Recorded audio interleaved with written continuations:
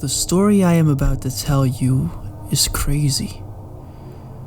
I had the weirdest, creepiest experience last weekend, and I think people like you want to hear. The curse must have happened over 300 years ago. But for us, it started when my dad and I found a great-great-great-great-grandfather's diary. Well, kind of. Anyway, there are a few things I should explain first. My family are formerly from the Balkans and moved to America a few generations ago. Our family immigrated with everyone who traveled from their village, maybe like 30 people, to live in America in a place called Grimville, where they continued to live together for years. Until one day, great times 4 grandfather Edward moved states with his family, and we have never known why. Upon finding the diary. I'm getting ahead of myself. First, you should know that my family are highly superstitious people. My grandmother and grandfather would always tell me stories of horrors in the woods, visits from gypsies, and deathly omens. There was always a reason for something strange or unfortunate to happen, and that reason was always supernatural. I believed the stories as a kid, but these days I can see where coincidence and paranoia collide. Even so, 2 stories stuck with me 40 years later. There was a rule at my grandparents' house: never leave the window open at night. My parents didn't care for this rule, as it wasn't something we did in our house, but they always respected it. One weekend, I stayed at my grandparents' place while my parents were out of town. I was about 6 years old. It had been a hot day and the house was stuffy. I opened my window in the afternoon to let the cool breeze inside. I started playing with my toys and completely forgot about the window. A few hours later, my grandfather came to get me for dinner, saw the window, and exploded. He was furious. I've never seen him so mad. He slammed it shut in a flurry, saying it was dangerous. Then he sat me on the bed and told me of the Toymaker. Bram is a man who makes toys for little boys and girls like you, he said to me. He places the toy on your windowsill. It may seem like a lovely gift, but it's when you pick it up that he catches you with his claw. He took me by the chin and made me look him in the eye. I could feel his hands shaking. All that is left in your stead is a doll of your likeness, and you are never seen again. It is said that on windy nights when the clouds cover the moon, you can hear the lost children wail. He let go of my chin. Never leave your window open again. He stood up and walked to the door before turning back. Remember, Bram the Toymaker is not your friend. And then, to make his point, he left me to bed without dinner. I couldn't sleep a wink. What kid could? I stopped playing with my toys for a while after that, and I never left the window open at night. Not at my grandparents' house, and not at my own house either. Much later in my teenage years, when I would tell this story to my friends, no one had heard of this old wives' tale. Not even my friends from the Balkans. The other story that sticks with me happened a few years later when I was about 9 years old. My grandfather had just passed away. At his funeral, I remember my uncles carrying the coffin out of my grandparents' house to take to be buried, when just before crossing the threshold of the front door they stopped, talked amongst themselves, then backed up and turned around 180 degrees.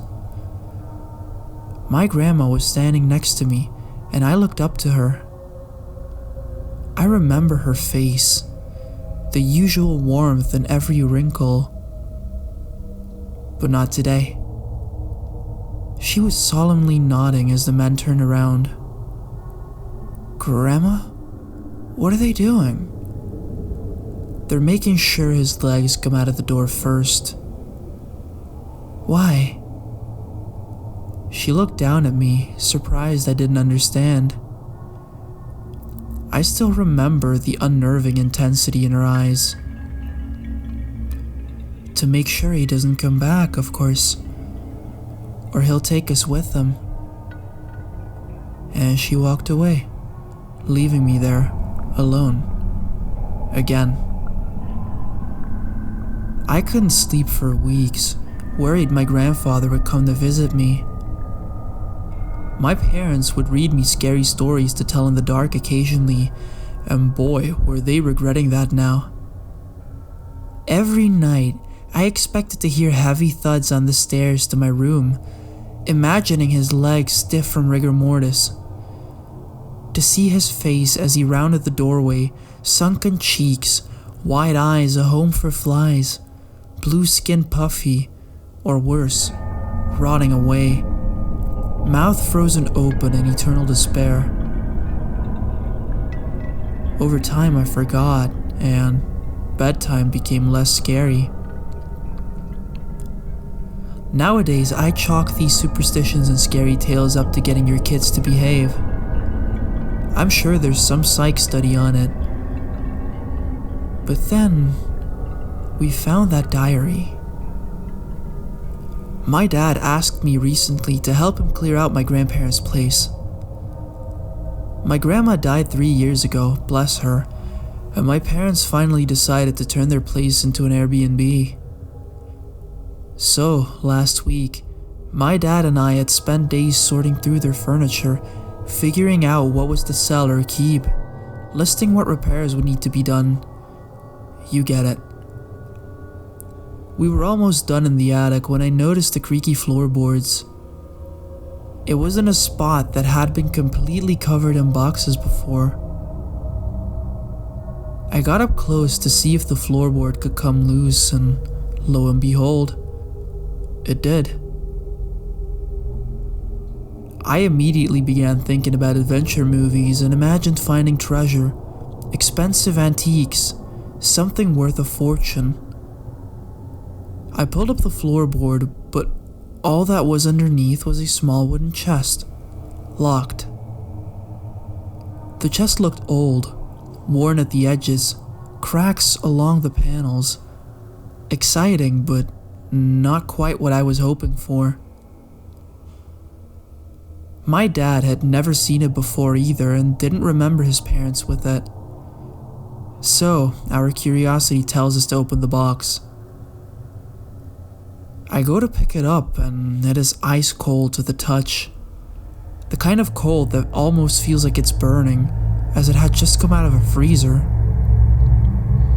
I dropped it in surprise, and the damn thing gives me a splinter before landing on the floor and breaking open. A splinter I still have, by the way, that won't freaking heal. Anyway, inside the chest, we found the diary. Sure, we were a bit underwhelmed, but we knew it would interest Mom, so we took it with us. That night over dinner, we pulled it out and read it. Let me tell you, we did not finish our food. Not after what we read. As I said, the diary was written by my great-great-great-great-grandfather, Edward, in the late 18th century from what we can tell. It recounts his involvement in the murder of Bram, a toymaker, and his wife Rose. Eerie, right? The diary is long and in the old native language, so I'm just going to summarize what he wrote about. It took my dad, Mom, and I a few hours and a bit of checking the dictionary to fully understand. When Edward, his family, and 30 or so people from our small town in the Balkans were boarding the ship to America, they met Bram and Rose, who happened to be moving to the same village, Grimville. They had recently inherited a manor there, so they joined Edward's party. Though friendly, Edward noticed that no one knew anything about them except that Bram was an intelligent and talented woodcarver. Grimsville was a small village located on the outskirts of a forest, quiet and desolate. It had been abandoned by its former tenants and was practically empty. It was only a few houses clustered together, and at the center, they turned one house into a tavern. But it was all they needed. Edward doesn't say why they went to this particular village, only that they had been told there was a distance from other towns and privacy which the villagers valued greatly.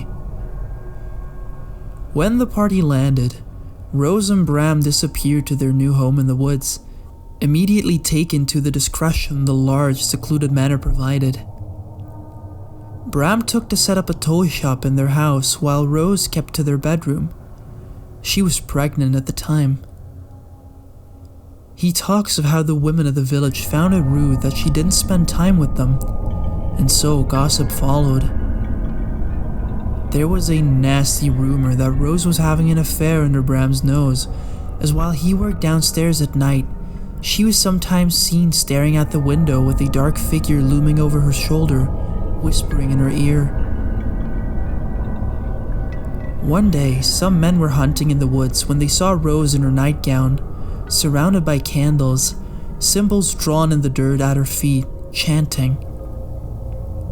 This was during the witch hunting hysteria, so of course the men go back to the village and tell everyone. Edward says he was in the tavern at the time, and at the first mention of witchcraft, the men had everyone's attention.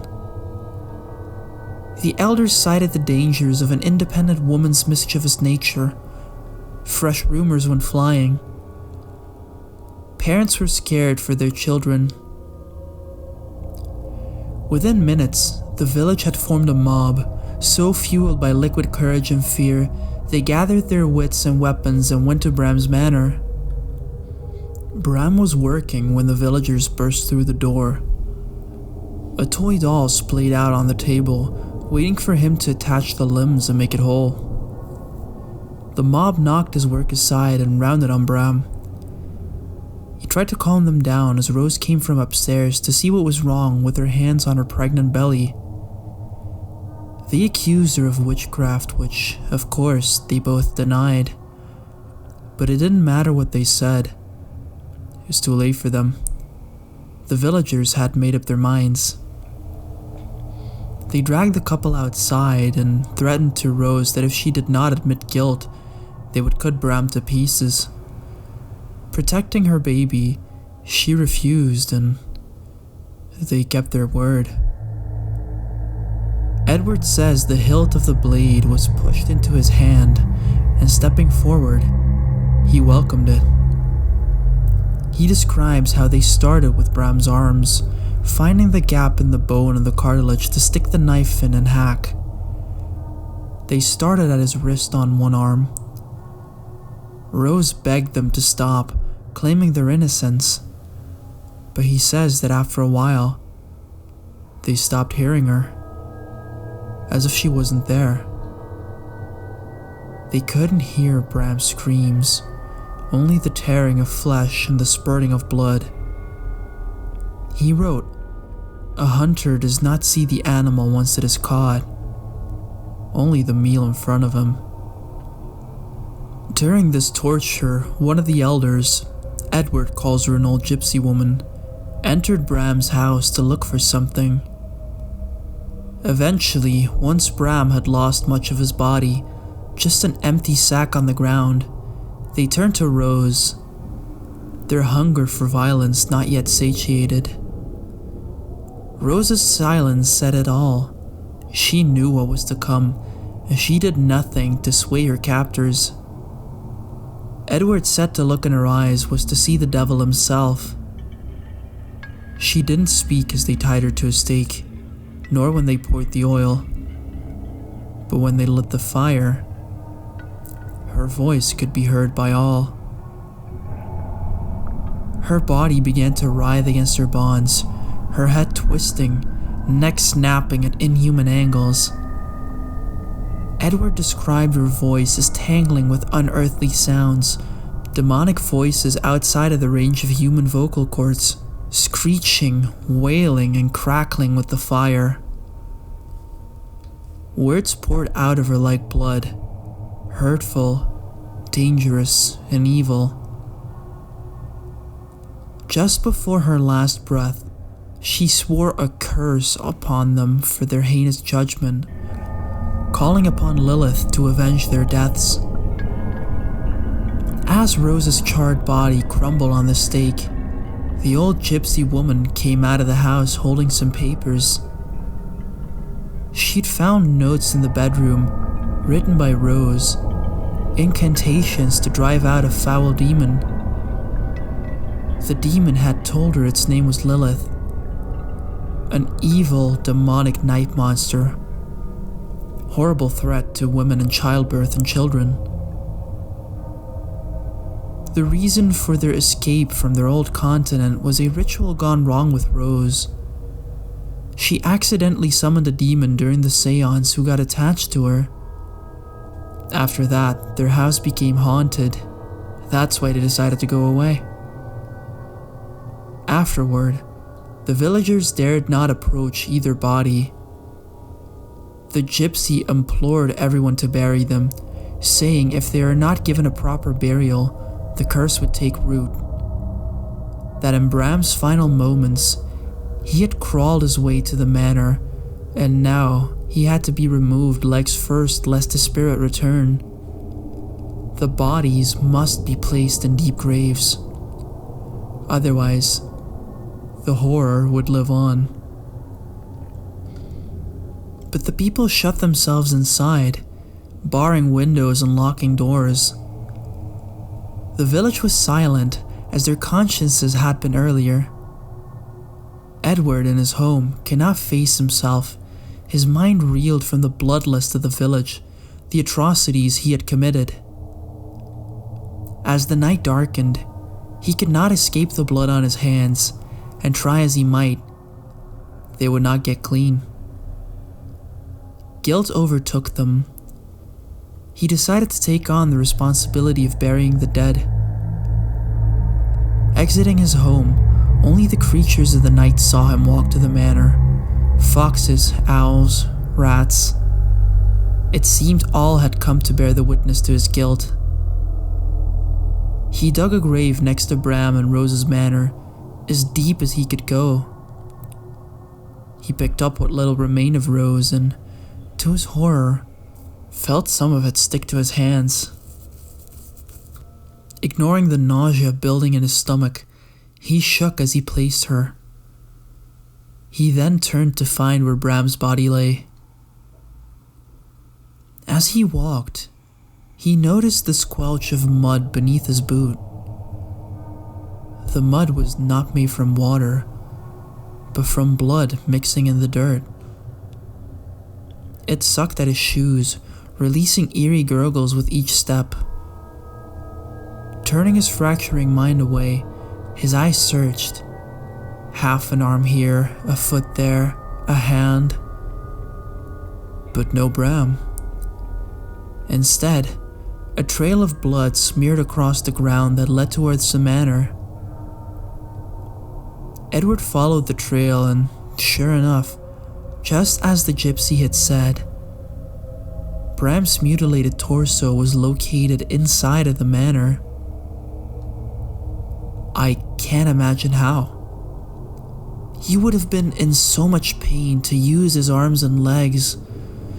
I can't even think about it. Edward's entry is hasty here.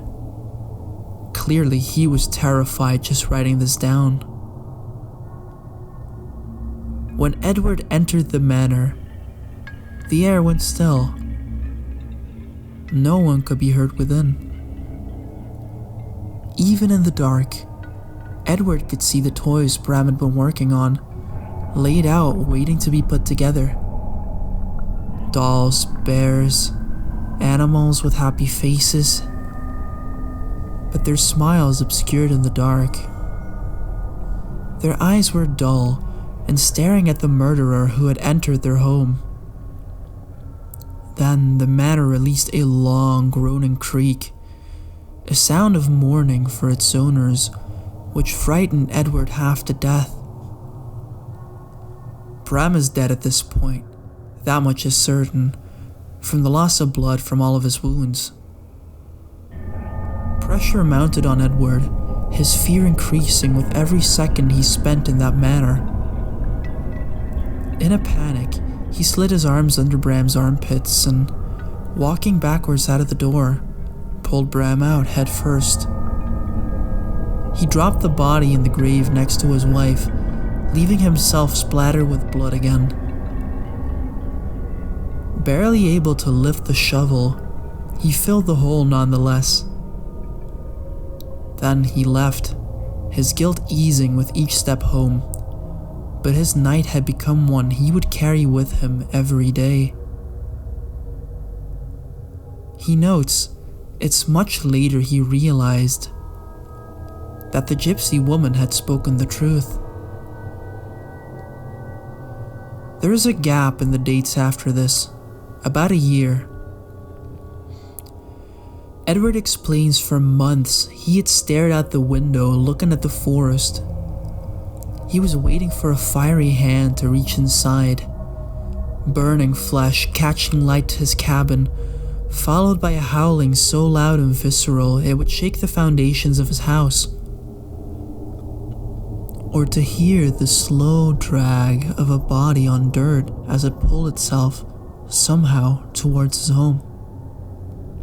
But nothing as such happened. Edward began to find peace, and the village did not speak of the event they had already wished to forget. Exactly 1 year later, a child went missing. His parents said they had put him to bed, and when they went to his room in the morning, his window was open. A red toy sat on the windowsill, and a toy doll, in their child's clothes, sat on the child's bed. The red toy? It was a deep red, the color of old blood. The entire village searched for the boy, in the fields, the forest, in every nook and cranny. They searched for 4 weeks when another child went missing. Another blood-red toy and doll were left in their place. Though the village searched and searched, they would never find the children who disappeared. Edward thought of Bram's workshop, the toys left behind, and how he had pulled Bram from his home head first, not legs first. 5 children had disappeared in the few months. It was time for Edward to abandon this cursed village with his family for good. It's funny, Edward was assured. Bram returned as an undead night figure, and it was his fault for not carrying him as the gypsy had said. But I wonder, it sounded like what Rose did was a curse, wanting revenge on the people that wronged her. What if Lilith possessed Bram's corpse and brought him to life? It could be the demon coming for the kids. I'm not sure what I believe now, to be honest. I know it sounds crazy to think the story is real, but in that diary, the words Edward wrote, you can see was real to him. And to think the story has been passed down for generations makes me think Bram followed them. Followed the villagers who Rose had cursed, maybe. Luckily, we don't live in the same state anymore. But it does have me curious. I wonder if the house is still there, what it would look like. I've decided to go on a road trip to Grimsville this weekend, learn a bit more about Edward and the village, and who knows, maybe see if this Bram is real or just a scary bedtime story.